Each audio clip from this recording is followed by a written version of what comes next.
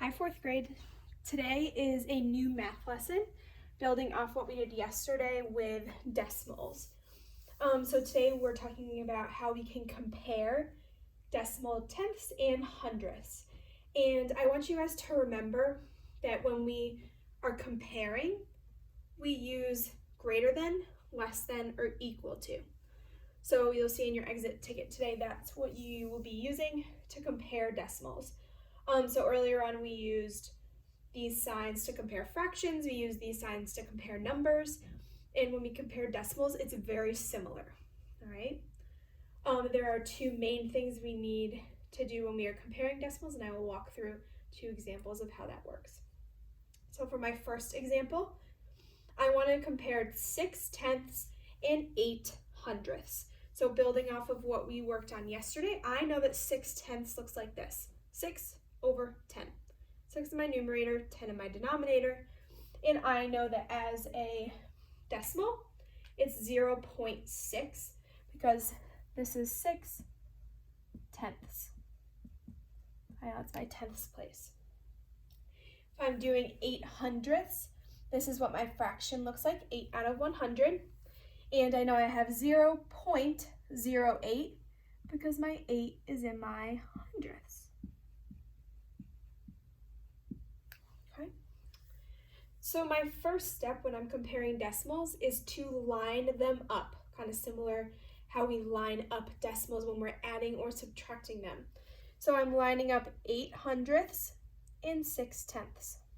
You guys notice my whole number, my ones are lined up, my decimal points lined up, my tenths are lined up, and my hundredths are lined up. If you guys think back to also when we were adding and subtracting decimals, I know that when I have a blank spot right here, I can pop in a 0 just to hold my spot there. I have a 0 in my hundredths place. The second step is going to be to ask yourself a question. My question is, where is the first place the digits are different? If I look back at my numbers, my ones place is here. Oh, my ones place is the same, so I'm going to move on past my decimal point. Now I'm in my tenths place. I'm going to look and say, okay, I have a 0 in my tenths place here, and I have a 6 in my tenths place here. So the first place where the digits are different is in my tenths place. That means whatever number is bigger in this first spot where they're different is going to be the bigger number. So my answer, because 6 is bigger than 0, I'm going to say 0.6 is greater than 0.08. 6/10 is greater than 8/100. All right, so that's my first example. My second example is 4 3/10 and 4 52/100.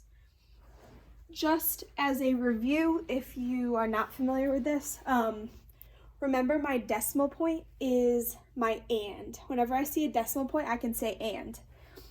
So 4 3/10, that means my 4 is going to be on the side, my left side of my decimal, and my 3 is going to be on my right side of my decimal. So this is 4 3/10. This is what the fraction looks like, 4 3/10. And 4 52/100 looks like this, 4 52/100, 4 52/100. I'm going to follow my same steps again. I'm going to line them up.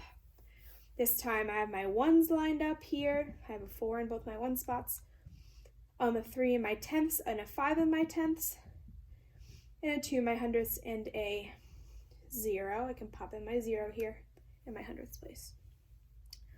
Same second step again. Where is the first place the digits are different? I'm going to look back up here. So here I have the same number in my ones place. I'm going to go to my tenths place. Oh, my tenths are different, okay?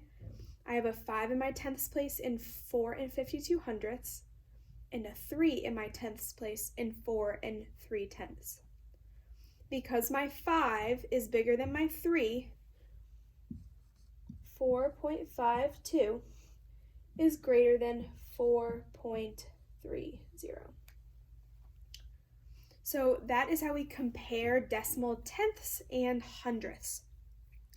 It's really important when you're doing your exit ticket that you look and notice where is the first place the digits are different. That's the numbers I'm going to compare. As soon as I find which ones are different first, remember I move left to right, that's the numbers I compare. I know that 5 is greater than 3, so whatever one has the 5 in it is going to be my bigger number. Right? Please complete the exit ticket on Google Classroom. If you have any questions, I will put up another video to help you use visual models when we are comparing decimal tenths and 1/100ths.